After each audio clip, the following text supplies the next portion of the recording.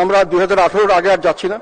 এটা 2018 সাল পর্যন্ত বাংলাদেশের চাকুরিতে প্রথম শ্রেণী, দ্বিতীয় শ্রেণী, তৃতীয় শ্রেণী, চতুর্থ শ্রেণী নিয়োগের ক্ষেত্রে শুধু 56% কোটাস মাধ্যমে নির্ধারণ করা হতো, আর শুধু 44% মেধার ভিত্তিতে নিয়োগ দেওয়ার সিস্টেম করা হয়েছিল, যেখানে 30% মুক্তিযোদ্ধা কোটা, 10% নারী, 10% অনগ্রসর জেলার বাসিন্দাদের জন্য, 5% ক্ষুদ্র জাতিগোষ্ঠীর মানুষদের জন্য, 1% প্রতিবন্ধীদের জন্য সংরক্ষিত ছিল। 2018 সালে এটা নিয়ে একটা বড় আন্দোলন হয়। আন্দোলনে কিন্তু দাবি ছিল যে অন্য সবগুলি থাকুক। এখন জন্ম সনদ দিয়ে খোলো বিকাশ স্টুডেন্ট অ্যাকাউন্ট, নিজের বিকাশ নিজে কর। শুধু 30% মুক্তিযোদ্ধা কোটাটা যেন বাতিল করা হয়। তারা মনে করে যে মেধাবী ছাত্ররা এগিয়ে আসার সুযোগ খুব কম হচ্ছে, মেধাভিত্তিক সমাজ গঠন হচ্ছে না। একটা সভ্য সমাজ হলে মেধাভিত্তিক সমাজ হতে হবে। একটা উন্নত সমাজ যেটা সামনের দিকে অগ্রসর হয়, সেটাকে মেধাকে দাম দিতে হবে। মুক্তিযোদ্ধাদের আমরা দাম দিব, কিন্তু তাদের বংশ পরস্পরে, তাদের নাতি নাতনি সবাইকে দিতে হবে। এই বিষয়টি সম্পর্কে সাধারণ ছাত্রদের মধ্যে একটা দ্বিমত আছে, তারা এই সঙ্গে একমত হতে পারছেন না। তো কিন্তু 2018 সালে এই দাবির মুখে আমাদের সরকার থেকে ঘোষণা দেওয়া হয় যে প্রথম শ্রেণী এবং দ্বিতীয় শ্রেণীর জন্য সবগুলি বাতিল। এটা কিন্তু দাবি ছিল না, দাবি ছিল শুধু মুক্তিযোদ্ধা বাতিল, বাকিগুলো থাকবে, এবং তৃতীয় চতুর্থ শ্রেণীতে পূর্বের নাই সকল কথা আছে। যাই হোক, এটা এইভাবেই সেটেল হয়ে গেছিল, সবাই ওইভাবে চলছে। এখন হঠাৎ করে দেখা গেল যে 2021 সালে একটা কেস হয়েছিল, যার রায় কয়েকদিন আগে, কোথায় 5ই জুন হয়েছে, সেখানে বলা হয়েছে যে ওই আগের কোটাটি বহাল থাকবে। এর ফলে ছাত্রদের মধ্যে আবার একটা সমস্যা সামনে আসছে, এবং তারা মনে করছে যে সরকার যদি এটা সঠিকভাবে অ্যাপিল না করে, এটা যদি বহাল হয়, তাহলে তারা এর সঙ্গে একমত হতে পারছেন না। তো আমি মনে করি যে আমার ব্যক্তিগত মত হলো, বীর মুক্তিযুদ্ধের পরবর্তী প্রজন্মের জন্য চাকরির জন্য বিশেষ বড় অঙ্কের কোটা চিরস্থায়ী বন্দোবস্ত করা স্বাধীনতার চেতনার নামে স্বাধীনতার মূল উদ্দেশ্যকে। এখন জন্ম সনদ দিয়ে খোলো বিকাশ স্টুডেন্ট অ্যাকাউন্ট, নিজের বিকাশ নিজে কর। বৈষম্য মুক্ত ন্যায় বিচার ভিত্তিক সমাজ গঠন এই মূল উদ্দেশ্যকে ধ্বংস করে। মানে স্পিকার, যে কোনো পরিস্থিতিতে দেশের মানুষের মধ্যে বিভাজন সৃষ্টি কখনোই মঙ্গল বলে মনে করা যায় না। একথা আমরা, মানে স্পিকার, একথা আমরা যেন ভুলে না যাই। ইতিহাস সাক্ষ্য দেয় দেশের মানুষ বৈষম্যের বিরুদ্ধে সংগ্রাম আন্দোলনে জয়লাভের জন্য যে কোনো ত্যাগ স্বীকার করতে ও যে কোনো পর্যায় পর্যন্ত যেতে প্রস্তুত ছিল, এখনো আছে। স্বাধীনতা যদি আমাদের মূল অর্জন সংবিধান, সেখানে সুযোগ সুবিধাদের ক্ষেত্রে সাম্যের কথা বলা হয়েছে। মানে স্পিকার, আমি এখানে আমাদের সংবিধানের, আমি যতটুকু, আমি অত বেশি জ্ঞানী লোক নই, এখানে অনেক জ্ঞানী আইনজ্ঞ আছেন, আমি সংবিধান সাধারণভাবে পড়ি। সেখানে আমি যেটা দেখেছি, এটা হলো যে 29-এ বলা আছে যে নিয়োগ লাভের ক্ষেত্রে সুযোগের সমতা থাকবে, আর সরকারকে একটা দেওয়া হয়েছে রাইট, সেটা হলো কেবল ধর্ম, গোষ্ঠী, বর্ণ কাউকে কোনো জন্মস্থানের কারণে কোনো নাগরিক প্রজাতন্ত্রের কর্মে নিয়োগ বা পদ লাভের অযোগ্য হইবেন না, কিংবা সেই ক্ষেত্রে তার প্রতি বৈষম্য প্রদর্শন করা যাইবে না।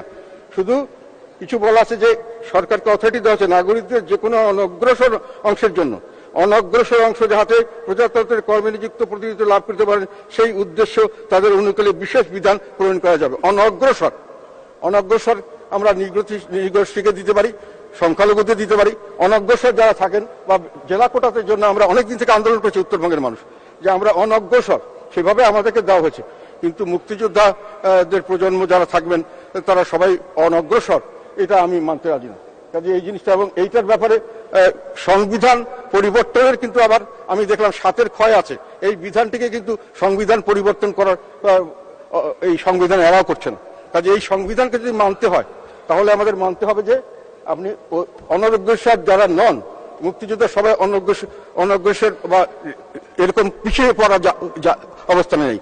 কাজে তার বিষয়টি ওইভাবে দেখাটা আমি মনে করি সংবিধান সম্মত নয়। এটা আমার ব্যক্তিগত মত, আমি হয়তো আইনজ্ঞ নই।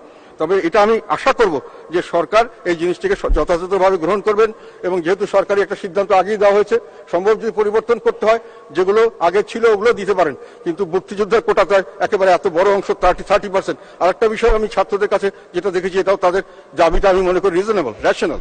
সেটা হলো যে যদি অন্য কোনো জায়গা থেকে না আসে, তাহলে মুক্তিযোদ্ধার কোটার থেকে এটা দিতে হবে। কেন?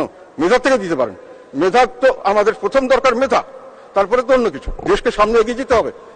সামনের বিশ্ব তো আমাদের এই সেন্টিমেন্টের উপর থাকবে না, আমাদের কম্পিটিশন করতে হবে, সারা বিশ্বের সঙ্গে আমাদের প্রতিযোগিতায় যেতে হবে। সেখানে মেধাকে যদি আমি প্রাধান্য না দিই, তাহলে আমি প্রতিযোগিতা করবো কিসের বেশি?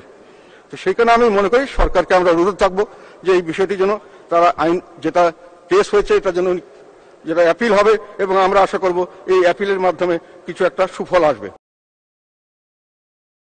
ভাই সিদ্ধান্ত লই হেলাইছে বিয়ার কাম কা সারি হেলাই কে কোন আন্নের লাগো এবারিত মাসের 20 দিন ছাগল খাম ফ্রি। আলহামদুলিল্লাহ বিয়া হয়ে গেছে।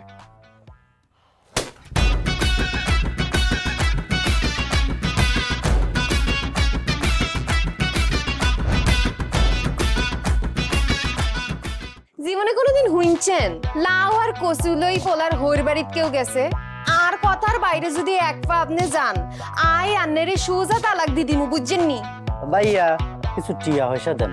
কামর দে আরে খাই পেলা লবণ দিয়ে আরে খাই পেলা। আই চাই না আর জামাই ঘর জামাই থাক, আন্নে আমারে আন্নেকো বাড়িতে লই চলেন। হায় আল্লাহ রে, কাশেম কাশেম আমনেরে বহায় বহায় খাওয়াইতে পারতাম না, আন্নে কাম করি খান।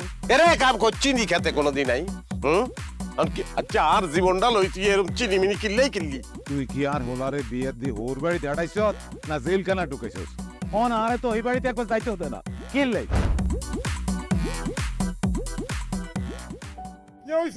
আরে তোর কথা কইতে কইতে মনে হচ্ছে অন জ্ঞানে ফিরেন না। আব্বা মেরে আব্বা